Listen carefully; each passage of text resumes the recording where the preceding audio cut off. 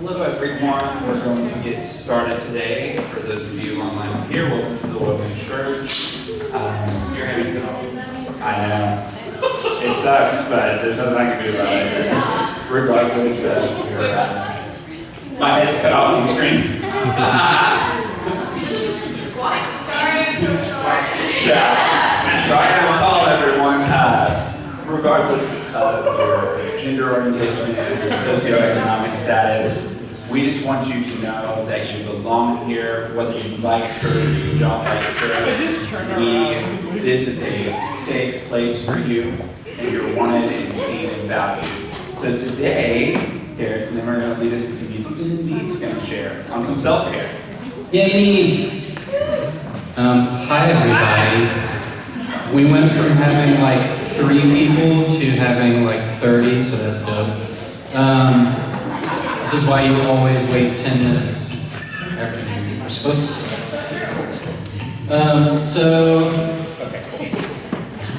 for everyone in the room, we are going to be doing, well, let me preface with this.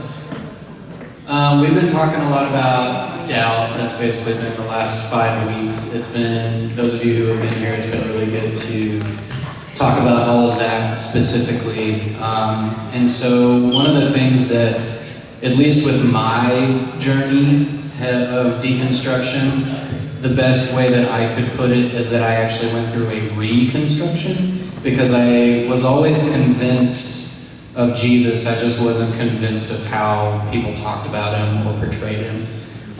So when the Bible talks about him being the cornerstone, I never actually lost that. And so for me and Zoe, I think I can speak for both of us, nostalgia is not always the worst thing to go for. And so we decided to do 3 songs that we grew up with, that you all will probably know. Some of you might be too young, but yeah. Do you want to say anything else to that, like about the self-care part of it? Yeah.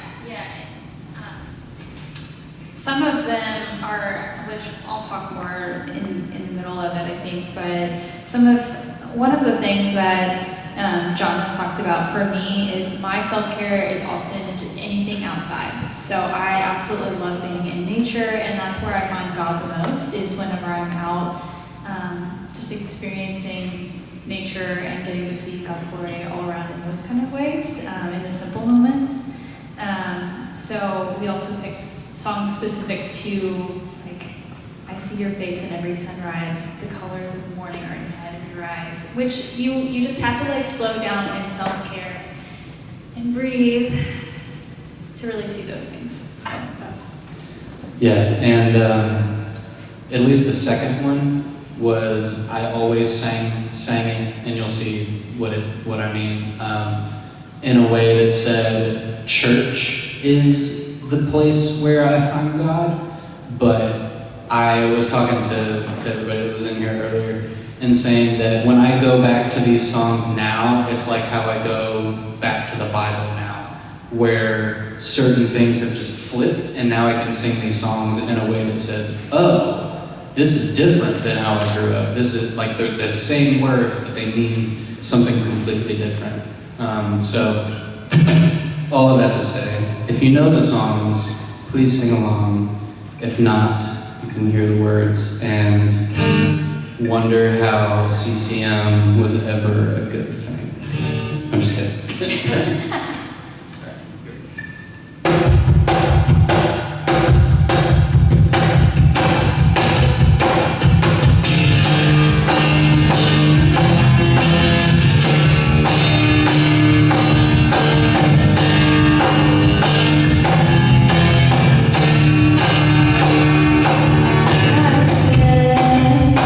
Oh,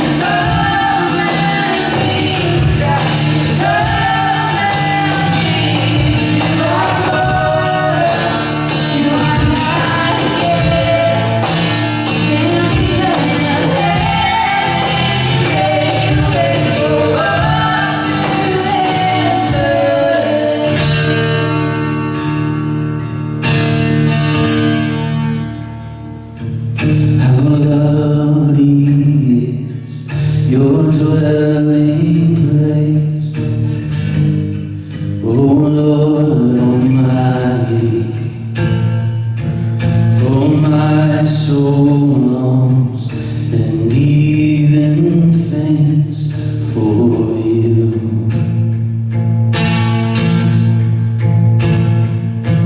For here my soul is satisfied within your presence. I sing beneath the shadow of your wings. And better is one day in your courts, better is one day in your house, better is one day in your courts than thousands elsewhere.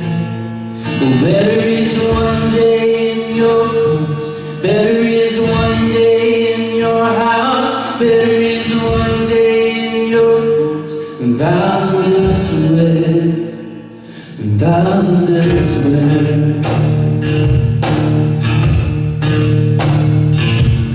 One thing I ask, and I will seek, to see your beauty,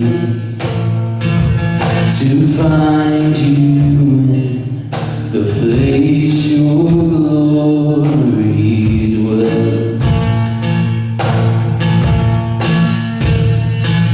One thing I ask, and I would seek, to see your beauty, to find you in the place your glory dwells. And better is one day in your courts, better is one day in your house, better is one day in your courts than thousands elsewhere. Oh, better is one day in your courts, better is one day in your house, better is one day in your courts than thousands elsewhere. My heart and flesh cry out for you, living God. Your spirit's water to my soul. I've tasted and I've seen. Come once again to me. I will draw near to you. I will draw near to you.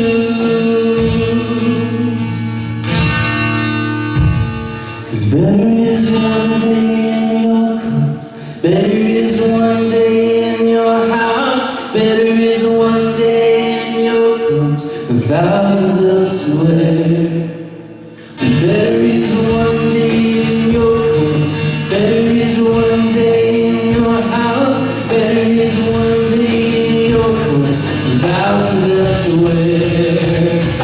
Better is one day, better is one day, oh, better is one day than thousands elsewhere. Better is one day, better is one day, oh, better is one day than thousands elsewhere, than thousands elsewhere.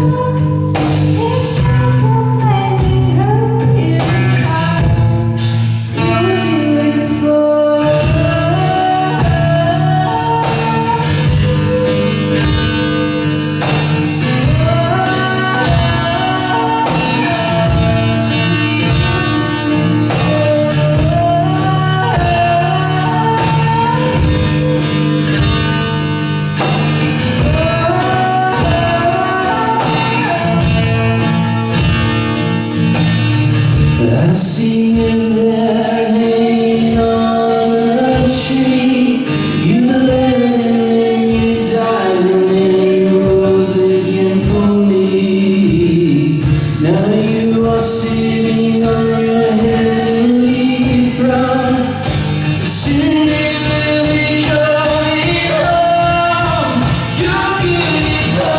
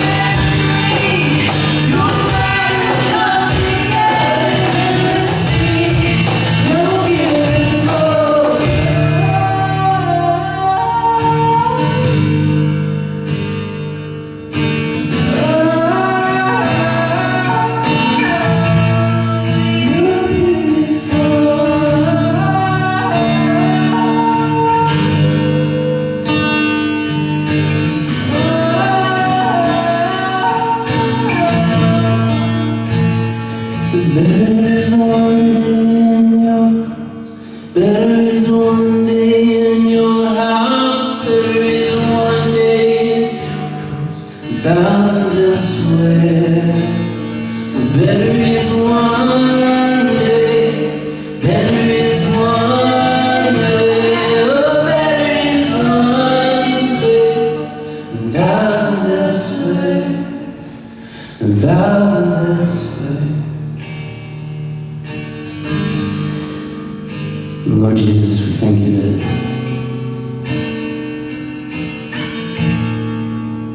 your courts are just.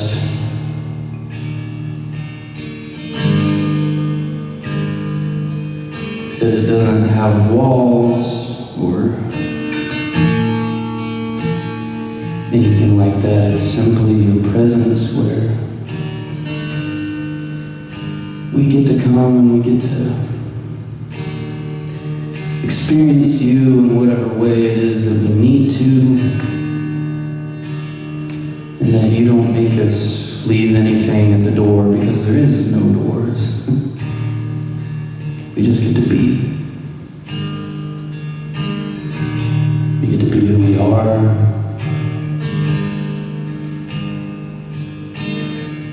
And when your presence is here, it's not a thing that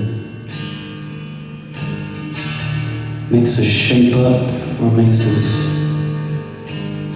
do anything other than see you, know you. And sometimes how we get there is different than somebody else. And so as we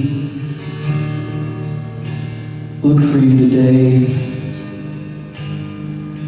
and what it means to take care of ourselves, we would know, even if we doubt, that your presence is good, that it's just, that it's the place where no one's better than anybody else, but everyone has value. Thank you, Jesus. Praise in Jesus' name, amen.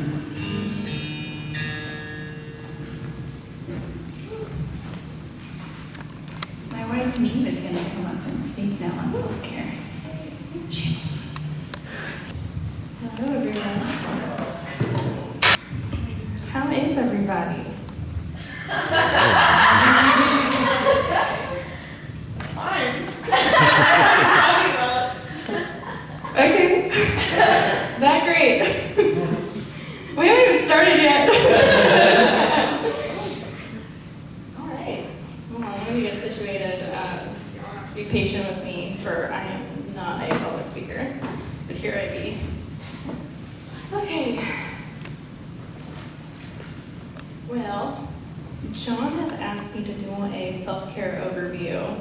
And initially I kind of thought that I would change this up and do it a different way, but I don't think I'm going to, because I feel like the same terminology applies to us in ministry. So I think that I will actually go through everything that I would go through with. I gave this presentation to a foster care parents. But I think that when we reach out in ministry, like a lot of the same things that we're going to run into, and we can have some awareness around them and kind of know when self-care is like very applicable. I mean, it always is, but. So the first thing we're going to do, because I'm a huge Brene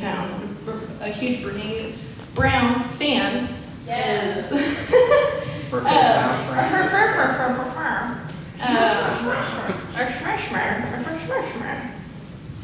going to write ourselves some permission slips.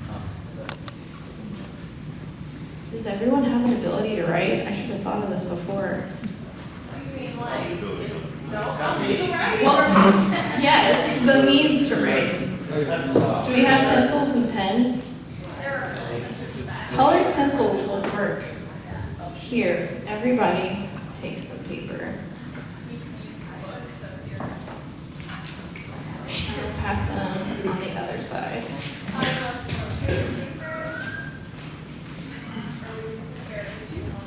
Here you are.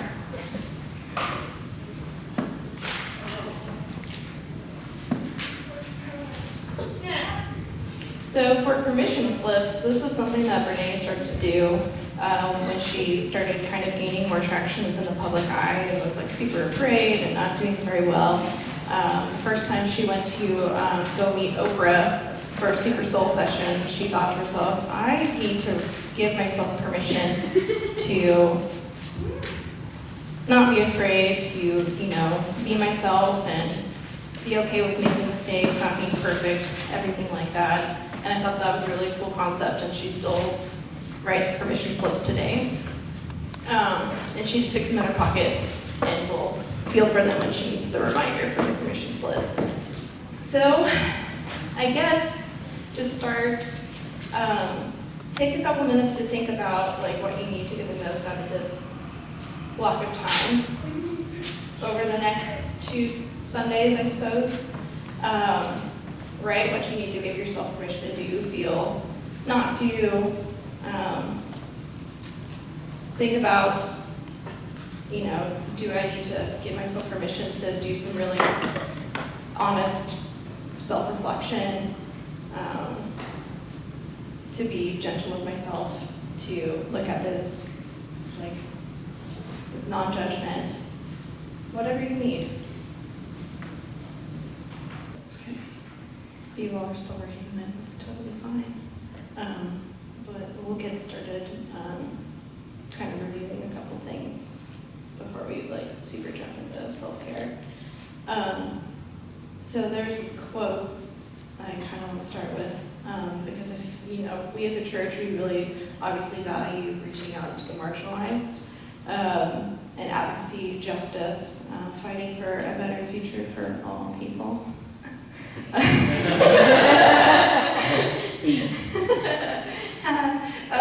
And the further out we go and reach out to people, the more we're going to kind of tap into different traumas that people have faced. And there's really no way around that whenever you reach out and work with marginalized populations.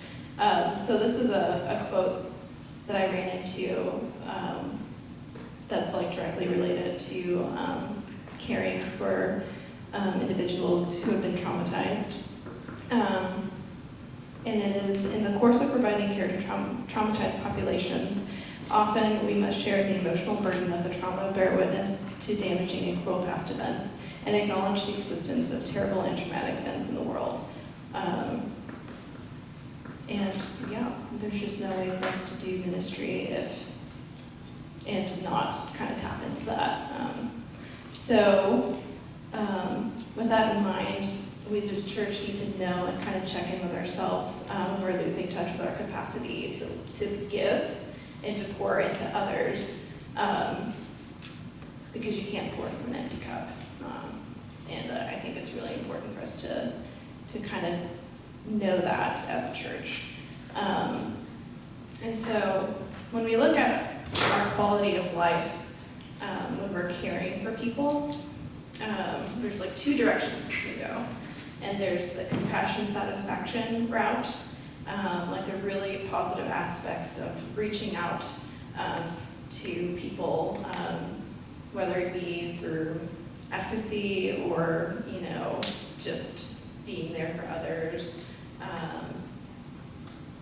And there are the compassion fatigue routes that we can go. There's two things that compassion fatigue can lead to, and that's burnout and secondary trauma.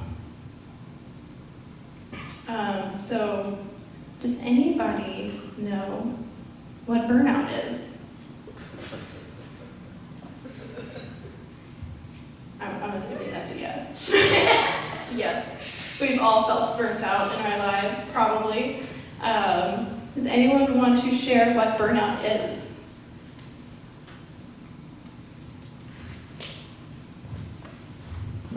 3 or 4 years of trying to run a church with no money and trying to get people to buy into it. And yeah, I wonder where that is. Yes. Yes. So, burnout. That wasn't like a y'all suck. Thank you. That was a I do too much thing. Yes. No, that was my generous assumption of what you were communicating. So, the definition of burnout is a state of emotional, physical, and mental exhaustion caused by excessive and prolonged stress. It occurs when you feel overwhelmed, emotionally drained, and unable to meet constant demands. Yes. Secondary traumatic stress. Has anyone ever experienced this? What is it? Did we get logged out of our Zoomies? It's still going. Okay, just making sure. Secondary traumatic stress. What exactly is that? I was going to get to it. I just was curious if anybody had experienced it and knows what that is. Do you know what secondary traumatic stress is? Okay. So secondary traumatic stress is secondary exposure to traumatic events that others have experienced firsthand. So when people are sharing about trauma and you're caring for that population or for a person, that is what that is.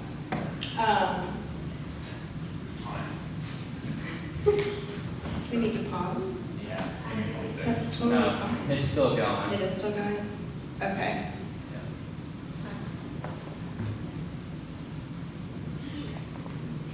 Well, with that in mind, we will circle back around to those things here in a little bit. Going forward, we're going to kind of try to distinguish between stress and being overwhelmed. Does anyone want to try to take a stab at what the difference between being stressed and being overwhelmed is before we go forward? Thanks for sharing, Harper.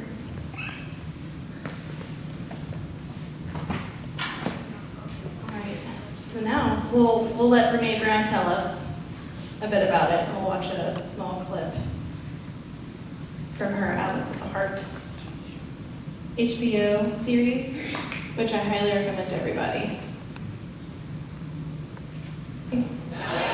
We're going to start with this quote by Rumi because all good things start with a quote by Rumi, I believe. Heart is sea, language is shore. Whatever sea includes will hit the shore. We can listen to her. What I think this means is that our heart is full of emotion and experience. And at some point, that's going to bubble over and it's going to hit something that is the shore, and that thing is language. We've got to have the language for what we experience in our heart so that we can connect to other people, ask for help, connect to ourselves. All right, we're going to jump into places we go when things are uncertain or too much. Stress, overwhelm, anxiety, worry, avoidance, dread, fear, and my favorite, vulnerability. Oh my God, y'all are too good. Y'all are too good to me. So we're gonna tear them apart. We're gonna talk about what they are and what they're not. Oh, so jumpy, my nerves are shot. Ew, I don't want to hear about your nerves. My mind is just starting to go on like this loop. Don't worry, it's okay, just keep walking. What if I can't deliver? Relax. Do something! I need you to intervene! Oh, hell no, screw you, I'm not doing this. You are getting worked up, and I would hate for you to get overwhelmed. How many of you feel these on a very regular basis? You didn't know. Oh, but you know them both hands. I like that. Yeah. Okay. So let's start with these everyday feelings, stressed and overwhelmed. How many of you think you know the difference? A couple people. So I'm going to give you a story that I think helps me with the difference. So we are here filming at Hogg Auditorium, the University of Texas at Austin. At Awesome, that was a Freudian slip. The University of Texas at Awesome, at Austin. And I went to school here, and for 6 years, I was like on the 12-year plan. Super curious. I waited tables and bartended right down the street, right down 35 at Papado. So I worked for Pappas for 6 years, Papado, Papacitos. And we had 2 words. How many of you have ever waited tables before? What does it mean to you when I say, hey, I'm in the weeds? Drowning. So when I was working, if I came into the kitchen, like I'll come back here.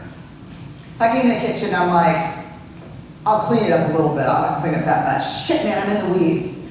I need, and then you'll say, what do you need? I need bread and butter on table 4. Can you re-tea 5 for me? Can you grab a Greek salad 2 for $2 and take it out to table 6? And if you could let the hostess know that I've got people moving into smoking from non-smoking, it'd be super helpful. They're like, great. And it's a part of our everyday life to be in the weeds. How many of you know the feeling of I'm in the weeds? Like, I'm in the weeds. Being in the weeds is stress. So if I walk into the kitchen and say the dreaded words, I'm blown. So I'm blown is not I'm in the weeds. So when you say in a restaurant that you're blown, they'll say, what's your login number? 764. Okay, go. You have choices. I was a smoker at the time, so my choice was wherever the cigarette was, but you could go into the freezer, you could go outside, you could cry in the bathroom, but you could do nothing for 10 or 15 minutes. Nothing. And it wasn't you weren't taking bread or you weren't teaming. You would probably run up immediately to the host stand and say, what tables does Renee have? She has 22, 23, 24, and 25. Okay. Then you'd get on the computer and pull all those tickets up and find out where the food is. We've got 3 orders on the line, we've got 2 orders out, and I could not help you at all. To ask me to help you when I'm blown is not understanding what that means. Does that make sense? And so I couldn't come back for 10 or 15 minutes. And it's really interesting because now that I'm researching stress and overwhelm, there was so much insight into this whole program. Who knew? Like Greek salad, shrimp, and deep psychology happening at this restaurant.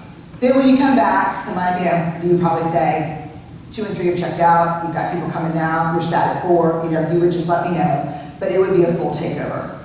That's the difference between stressed and overwhelmed. Life is weedsy. We're in the weeds all the time. Overwhelm is really different.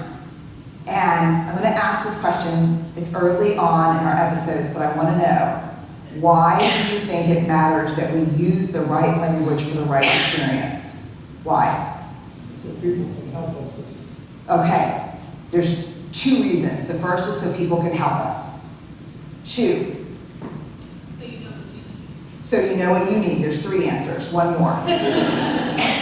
So you don't have one emotion shift into the other because you misnamed it. So you don't have one emotion shifting to become another because you misnamed it. And let me tell you, this is so important in this collection of emotions we're talking about today. Remember, language does not just communicate what we're feeling, it shapes it. And this is incredibly true with these. Let's take a look. So stressed, research definition. We feel stressed when we evaluate environmental demand as beyond our ability to cope successfully.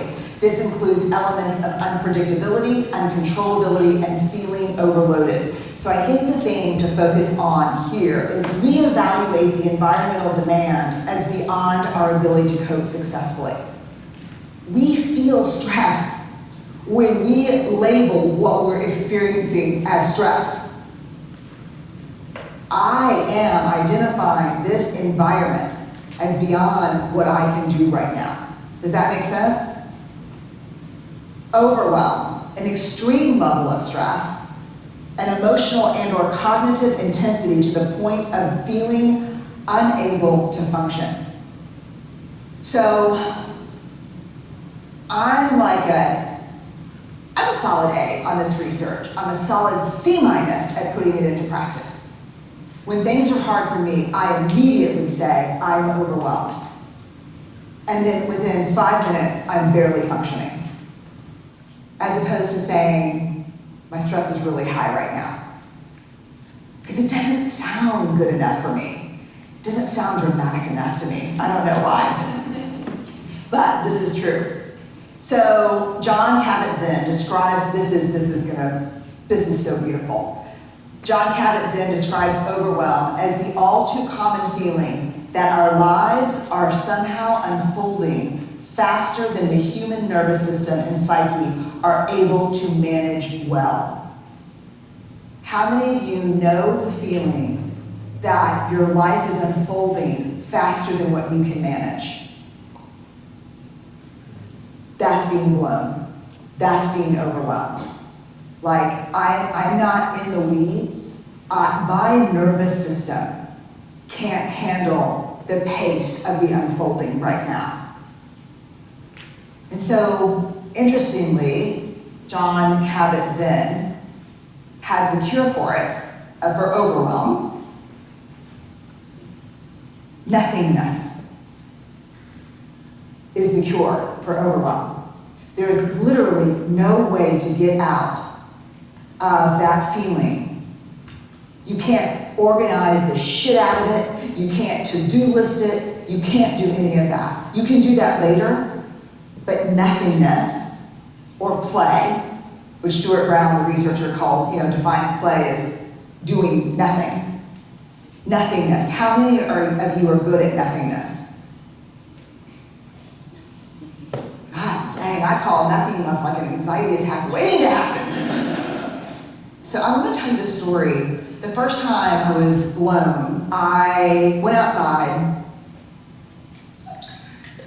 Not proud of that, I don't encourage that to my kids or anybody else's kids. Came in, went into the freezer, sat on the floor, about 15 minutes, came back out, and I was okay. The second time, terrible story. The second time, it was late in a shift, and I waited tables for tuition. So on days where tuition was due, I would work triples, which was lunch, light lunch, and dinner. Light lunch is that weird liminal space between lunch and dinner, 4 o'clock, but they only had 1 or 2 waitstaff during that time, and it was just, I don't know, for some reason it was packed. So toward the end of this triple, I came in and I said, I'm blown. And I just started crying. And I think they were a little bit scared of me, everyone there. And they said, go home. We got it. And I said, okay. So I got in my car and I was driving down 183. And at Papado there are Tabasco bottles on all the tables, right? So I had Tabasco all over my hands. And I was crying and smoking a cigarette. Like that, doing something which is not nothingness. And then I rubbed my eye and and I got the Tabasco in my eye. Then my cigarette burned a hole through the polyester weight table skirt that I had to wear. So then I jumped the curb at 183 and ended up in like a Wendy's parking lot, like doing like a. It's not good to do stuff when we're overwhelmed. Like the next time you want to, put Tabasco in your eye and think of me. Like, we have to do nothing. So I love this. This is researcher Carol Gomes. She has passed away, but she was at the University of Mississippi, incredible researcher. So I love this. Think about what this means. Overwhelm describes an experience where our emotions are intense, our focus on them is moderate, our clarity about exactly what we're feeling is low enough that we get confused when trying to identify or describe the emotions. So overwhelm, let's just break this down. On a scale from 1 to 10, our emotions are a 10, our focus on them is a 5, and our ability to understand them is a 1. This is when we make some of the worst decisions of our lives. This is when we make really bad decisions. Murdoch, who's actually here at the taping, we worked together for 10 years, and I'll never forget walking down the street in London, and I was so overwhelmed, and I said, you know what, I'm not doing this event. I choose not to do this. I'm gonna choose me. And he's like, that's a strong choice, but I will back you up. And I said, I'm completely overwhelmed. And he said, can we just like sit on the curb for 10 minutes and just don't talk to me? And I was like, okay. Like, we gotta go, we're gonna be late. Like, I need to do this event, we can't be late for it. He's like, okay. We don't make good decisions when we're overwhelmed. Do you understand why? Nothingness. Anybody have any thoughts? Any thoughts? Is it possible to spend like half of your day every day for years on end overwhelmed? Maybe. Is it? I mean, like you lose your hair and stuff Oh, I mean, that's when you're like 19. prolonged stress. Prolonged stress. I'm not sure if that would be considered exactly overwhelmed, but that would be a severe prolonged Back and forth. stress Yeah. that you can't get out of. For sure. Which that's definitely happened to me before. Does anyone else have any thoughts? Yes. I think part of my life and something that I've observed about others is that stress is what compels us to move forward, but there is like that excessive amount of stress that like just breaks us, or like something that worries us to the point where we start making rational decisions and whatnot. And because there's sometimes I worry about my academic future, but sometimes I forfeit other things like time with friends and whatnot, that like those priorities, even though they're important, it shouldn't like consume me. So I think, and there is like, even though Tiffany's ragging on me for being a psych major, but there is like enough amount of stress to like push people forward to accomplish what they need, but there's like too little to where they give up, but there's also too much where they start like overperform to the point where they burn out. Yep. You're exactly right. Over my long 11 years of life,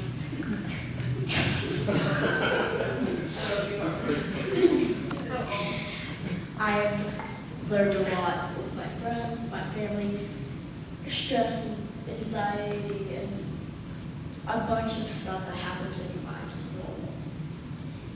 Even when I was so stressed out that I passed out in school one time, my friends were all around me and they were like, "Are you okay?" And I was like, "I need to leave." And I realized it's okay to take time to breathe, because if someone judges you, they're not your real friend. You have to let them go. So if anything happens, you have to realize that this is for me, not anyone else. I know I'm a people pleaser, but I need time for myself. So, yay. That's my long 11 years.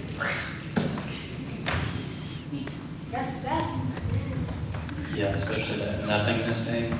Kind of like referring to what I said earlier. It's like having the expectations for myself as a dad, as a pastor, as a person who works a full-time job, as a friend, you know, and an uncle and a son and all these other things. It's like there's so much that I feel like I have to physically do. Yeah. And so when I finally get a second to myself, this happened yesterday. This was the first weekend that me and Miranda and the girls did go somewhere. And I started fixing things around the house. And I wanted to mount my TV on the wall. And I wanted to move the couch downstairs. And I wanted to throw my couch out. And like all of this other stuff. And so I think that's a big thing for me, is like being able to find space to not even watch TV or listen to music or anything like that, and just be like, Just exist. exist. Yeah. So, yeah. Yeah, absolutely. In a culture that really values that we are constantly productive and constantly giving to work and family and friends, it is not valued to stop and do nothing, let alone stop and do something for yourself. And I think the important thing to remember is, like what Renee said, stress, being in the weeds is a part of everyday life. Like there's no way for us to like not encounter stress. But when we're overwhelmed, it's a different kind of stress, and we have to stop and do nothing to recover from that. And how this kind of plays into self-care is if we wait until we're blown to ask for help or to recover, like it's kind of too late. Like it's a long road of recovery, a longer road of recovery than if we take time each day to kind of care and nurture ourselves. But that is kind of how we proactively can prevent like major healing and restoration, is if we can carve out just a little bit of time every day to just kind of like pour into ourselves and check in with ourselves, make sure that we're okay. And if we're not okay, then we need more time, because you will continue to be burnt out, you will continue to be overwhelmed in the cyclical way and not be able to get out of it if you're not doing what you need to do for you. You can only give so much to people. You can only give so much. There will always be something to do. There will always be a TV to mount. There will always be furniture to move. It's happening tomorrow. Yeah, and that's like kind of what I mean. You know, we will always have things to do, but at what cost? You know. So once we go beyond the overwhelm thing, which you definitely can, I think that kind of goes into like different levels of prolonged stress and things like that. But kind of being able to know when we need to stop and do nothing, or just, you know, ask for help along the way to get what we need done, I think is a really important distinction in how we move forward in the kind of self-care that we need, if that makes sense. Does anyone else have any more thoughts before we kind of move on? Yeah. So when you first asked us in the very beginning, what's the difference between stress and being overwhelmed? I mean, my first thought was, well, if you're stressed, you're still functioning, right? Yeah. But when you're overwhelmed, I guess the thing I wasn't sure about is, and again, she sort of addressed this in her talk, but there's still sort of in this gray area of functionality if you're overwhelmed. And a lot of it can be mind games with yourself. So if you're telling yourself, you know, I can't do this, this is not going to work, then you'll just be even more overwhelmed. Yeah. You know, kind of, I think even regardless of your stress level, even if that stays the same, then you'll somehow sort of shut down to protect yourself. But I used to do that a lot, and you know, I would overwhelm myself when I didn't really have to, and it caused a lot of issues. And that is kind of what Renee was talking about before, when she said, like, why is language so important? Why is it so important? I've forgotten to know the difference between the two, because if you're feeling super stressed and you just go straight into, I'm overwhelmed, your language shapes how you feel, and you will be overwhelmed in about 15 minutes. And kind of like what was said before, like stress will push you forward still, even if you're still able to function, even though it's high stress, you know, you still have the ability to ask people for assistance and still function. When you're overwhelmed, I like how Brene described it as like your life, like your ability to cognitively understand like what's going on around you, like it's unfolding much faster than your nervous system can process it. Like you've got to slow down, you have to stop and give yourself the ability to bring your nervous system back online so you can make a good choice. And that is kind of like what she was saying before, like if you don't do that, that's when we make the worst decisions of our lives. He passes back. Yeah, I think that like something you said reminded me of something. I'd like to talk about that and then get to what I was thinking of. Sure. Like this seems sort of like the word hasn't been said, but it seems to be talking mostly about self-talk, like Yes. positive self-talk. Like that's the same thing. So I wanted to make that connection because I just now realized it. But I think it's interesting when you talk about we talk about stress and overwhelm. When you talk versus play and doing nothing. When you talk about like skills, like I've got a lot of skills that I want to get good at to be able to make things, do things, and that takes disciplined practice regularly, which is, it's work. Yeah. Whereas I want to do that so that later I have the freedom of having the skill to be able to play. Yeah. Like eventually I want to be able to play music, so that's a whole lot of practice, a whole lot of disciplined work to be able to get to a place where you can play. But I think that one thing that I do, I don't know about other people, is that I put off the play until I'm good enough, when really it should be back and forth between practice, enjoy the practice at a reasonable level regularly, but the play is why you're doing it. The play is the point. Yes. So not pushing that off till you're good enough. Yes. That is very important. I absolutely agree with that. This is good. And also, I also appreciate that Brene says, like, you know, I want to go to overwhelm because it, you know, if I say stressed out, it doesn't sound dramatic enough. Because like circling back to the culture we live in, like we want people to take us seriously when we're not doing well and have high stress, especially in a work setting. But yeah, I just find that's just fascinating to me. But yeah, so we'll go ahead and like just move forward a bit here to what self-care is. So, what is self-care? Anybody? People are as much plants as they are animals. People are plants as much as they are animals. So what do plants need? Tending and time to do stuff. Water, sunshine. Water and sunshine. Yes. Have you had enough water? Have you had enough sun? Have you had enough nutrients in your soil, right? How are your roots doing? Because if your roots are rotting, the rest of you doesn't matter. You will die.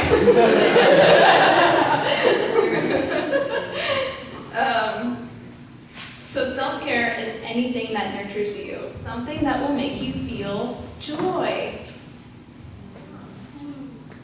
And that is emotionally, physically, bless you, spiritually, mentally. Self-care obviously is different for everyone. It takes intentionality and practice. It's vital for each person to know what is best for them. And with that said,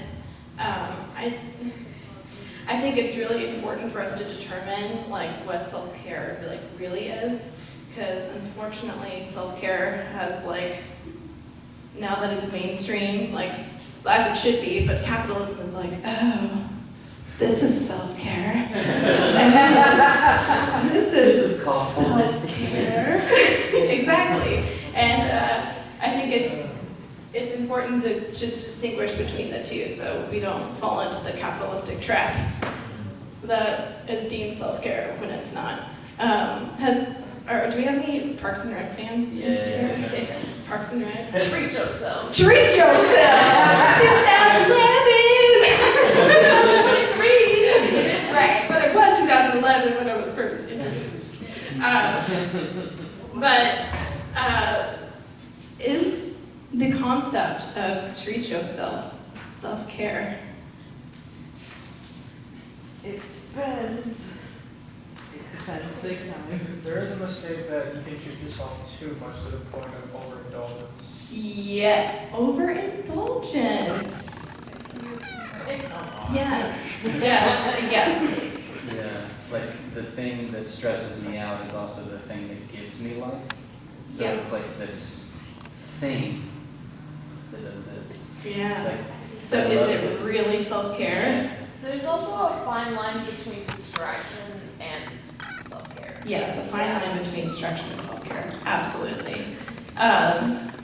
So, treat yourself can be self-care, it does depend, for sure.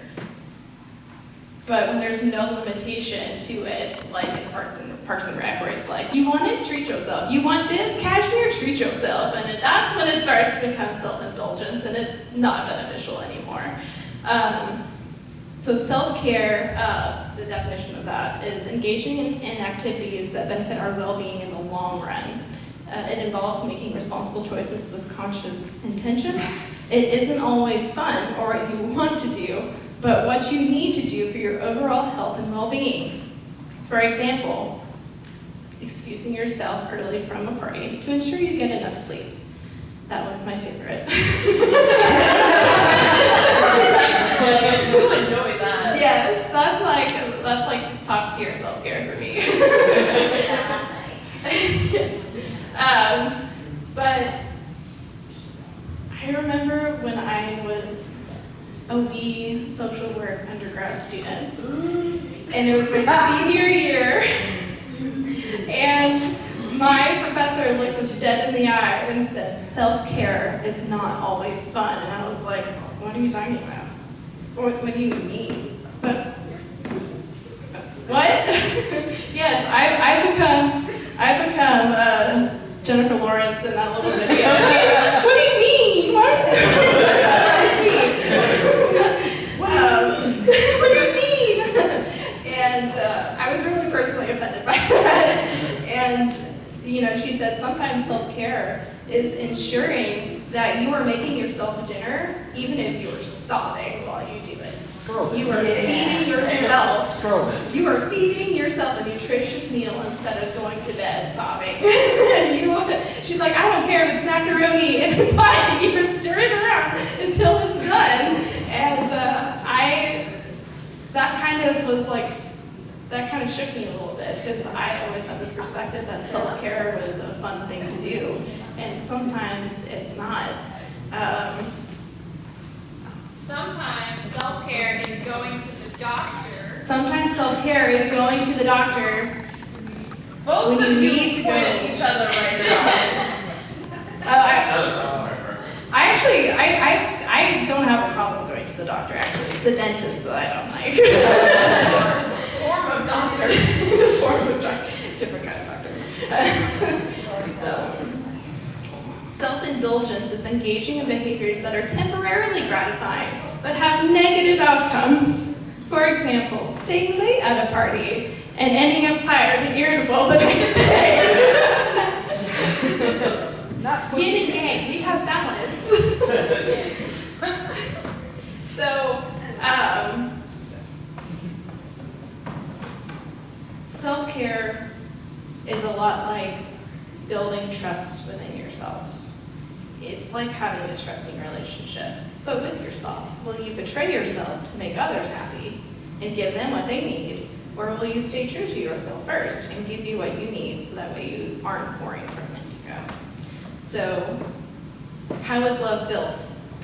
Not in grand gestures, but in the small things. And that's like the same thing with yourself and self-care. Self-care isn't a grand gesture. It is just little things that you give to yourself to make sure you get what you need every single day. It's not glamorous. It's maintenance and commitment to your overall well-being, your ability to have long-lasting healing, being in tune with your overall needs. It isn't a distraction or a form of avoidance from our problems or challenges we're facing. It is intentionality with yourself, something that, again, is not valued by our society. Yeah. Anyone have any thoughts before we move on? Yeah, I have something. Some thoughts?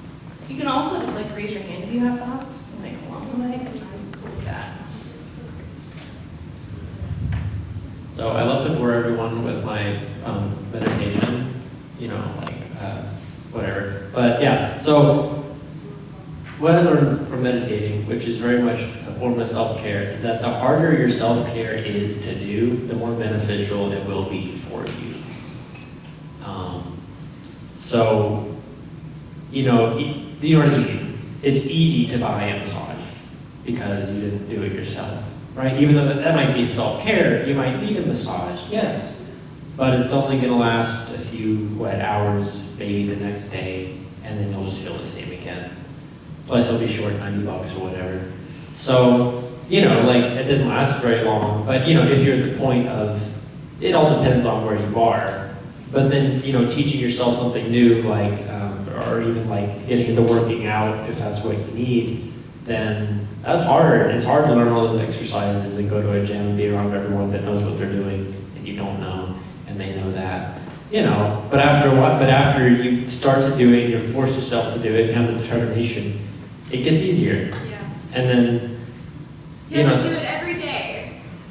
Yeah. So I just want to provide that. So sometimes when it feels like, it's not worth it, it's probably way more worth it than you realize in the moment. Yeah, in the long run. Exactly.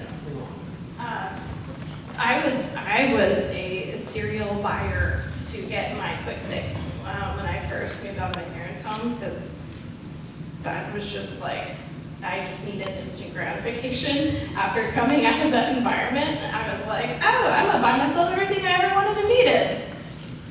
And it has really taken, a lot for me to break that. And I mean, I bought Taylor Swift tickets, so I'm still not perfect at it, but it was a really cool experience, so. Worth it. But You should always clarify and say after reading 6 hours for the actual value and not 10 times. well, right. Yeah, no, I bought reasonable Taylor Swift tickets. I didn't pay thousands of dollars for them. I couldn't. But most people, when they hear that, are like, oh my god. How many plants do you have? How many plants do I have? So many. Buying a plant Is self-care. can be self-care. They produce long-term rewards, so. Yes. Some plants. Having a garden does, you do reap those benefits. But if buying things is your kryptonite, then just budget for it. That's the loophole to having self-care, through monetary value. You can treat yourself occasionally. When I go to Crank and Boom and mindfully eat every scoop of ice cream that I put into my mouth, that is something I can afford. That is something I really enjoy, and that's okay. Yeah, so you can spend money, and you can actually save money if you use self-care properly. I know we're running a little short on time here, but self-care versus self-indulgence. Self-care is proactive. Self-indulgence is passive. Self-care creates contentment. Self-indulgence creates discontentment. Self-care is self-enriching. Self-indulgence is self-centered. Examples of self-care. Anybody have examples of self-care that they like to do, that they want to share with the class? Play Animal Crossing while exercising. Play Animal. How do you do that? I would come at bike and then exercise it. That's amazing. So That's the best loophole I've ever heard in my life. I know, right? So you exercise while playing Animal Crossing, and you're on a bike, and then you play Animal Crossing while you're on the bike. With your mind and your body. It's time to get a bike. Stationary bike, and I can play The Last of Us at the same time. Anybody else? Harper?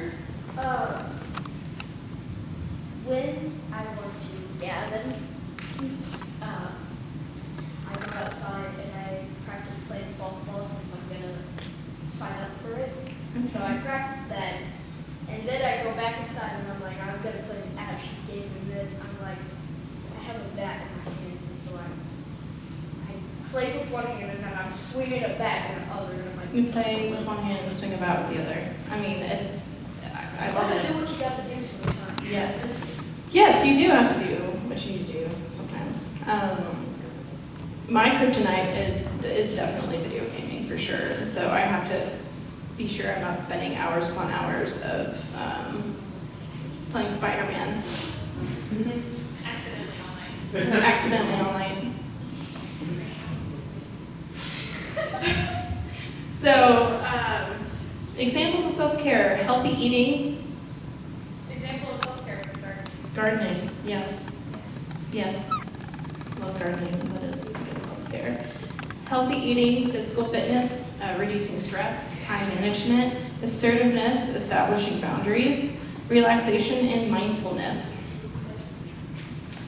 I was going to say something. Oh, I once went to therapy to help strengthen my self-care because I was like, I only have a couple forms of self-care and I'm burnt out now on those forms of self-care. I need more ideas. So I brainstormed with my therapist to try to find new ways to find self-care, and that gardening came from that.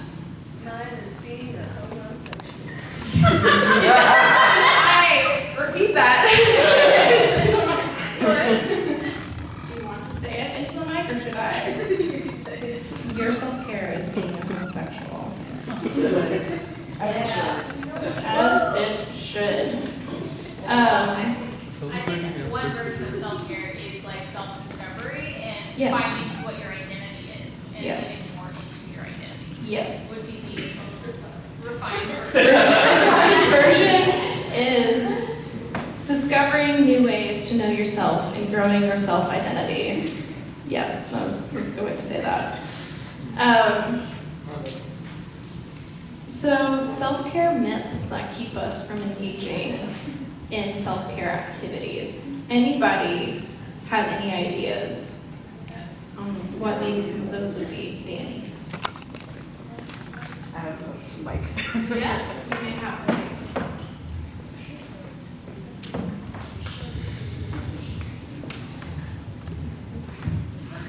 One of my common or most frequent things that keep me from engaging in self-care is my desire and need for everything that I do, it has to be perfect.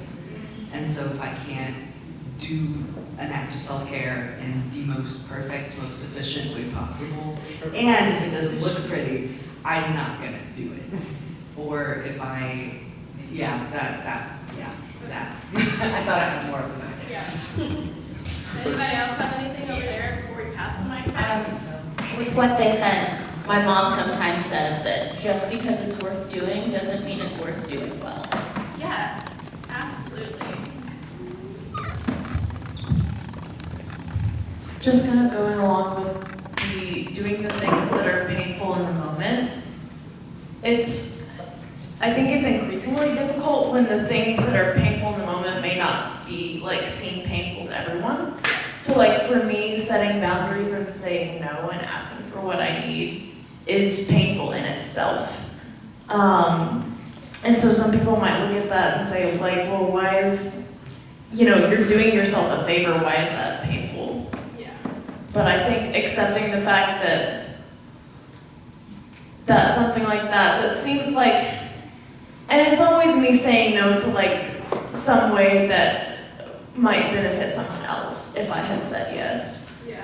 And so I think like realizing the fact that saying no in that moment and saving myself and caring for myself is going to do more good in the long run than anything else is something that I've had to learn, if that makes sense. I don't know if that was coherent. Alexa says, myth, that you have to do all or nothing. Reality, you can always, and it's very cool. I guess we could ask Siri what self-care is. That would be fun. Siri, what is self-care?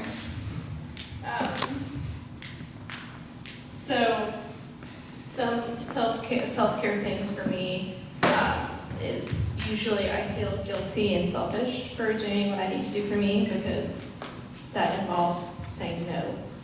By saying yes to something, you are saying no to something else, always. You just might not know it in the moment. So I feel guilty, selfish. I have yet to earn the time to do it. I don't deserve it. I don't have time. I can't afford it. I'll let people down. Others will judge me. Those are all things that can get in the way of carving out time for self-care. Pros of self-care. Self-care helps reduce stress. Self-care serves you and everyone in your life, because when you are doing well, then everyone else can see that you're doing well and are like cheering you up along the way. Including your employer. Hopefully your employer, not always your employer, but sometimes your employer. If your employer loves that you are taking care of yourself, then that's a good place to stay. Your family and your community. Self-care can save you money if you do it well. How you treat yourself is how you are inviting the world to treat you. You invite and give permission to those around you to take care of themselves when you are actively modeling that behavior to everyone else in your life. And then one small thing and I'll be done. Making time. You can make time, and this kind of goes along with what you were saying earlier. Start small and plan it. Form a habit. If you can form a habit, that is what will do it for you. Strive for balance, not perfection.